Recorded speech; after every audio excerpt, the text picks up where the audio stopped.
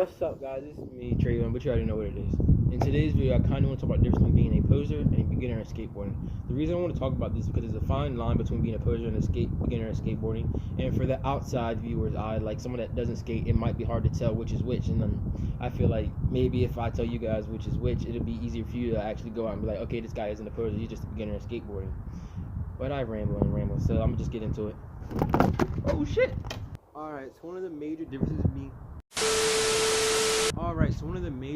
between being a poser and being a beginner at skateboarding is the actual effort you put into skateboarding.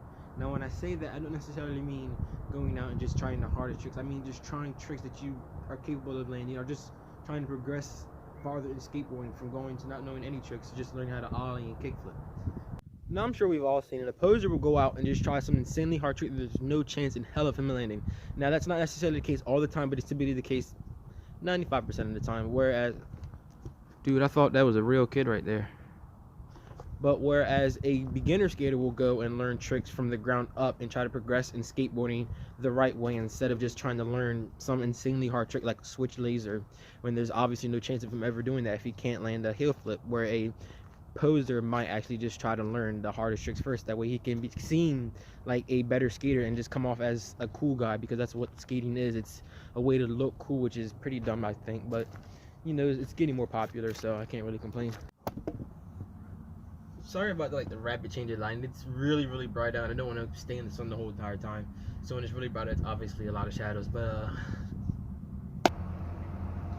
another way to tell the difference between a poser and a beginner skateboarding is what they say. Now, when I say that, I mean a poser skateboarder might know the names of the pro skaters. They might not know the names of tricks. They might just not know like certain spots that are like famous in skating, and they just might get things confused and just say the wrong thing.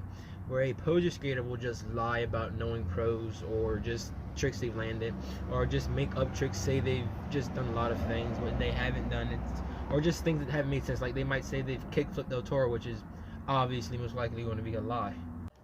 I say this because of the reason I said earlier. Posers use skateboarding as a way to look cool, and lying about things they've done, or people they know, or tricks they've done before might make them seem cool to someone that doesn't know skateboarding, when in reality to a skateboarder it makes them look lame and obviously a poser. Now, this next thing is a bit controversial for good reason, but in certain circumstances it could come off as valid. So it's pushing Mongo and mall grabbing. Now, pushing Mongo, like I said in previous videos, is pushing with your front foot instead of your back foot, and mall grabbing is just holding your just like this. But now the reason I included mall grabbing on this list is because it's a thing posers would do in the mall when they would just walk around and not skate and hold their boards like this. The reason I don't like it is because if you grind, as you can see, the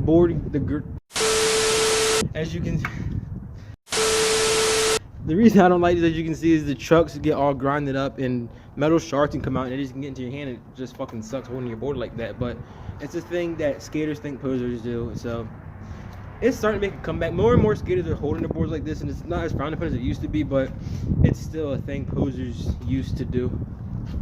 Now, I included Mongo pushing on this list because it's a thing posers do because they don't care enough, or they just haven't been around skateboarding enough to learn that pushing with your back foot is the far easier way to push while skateboarding.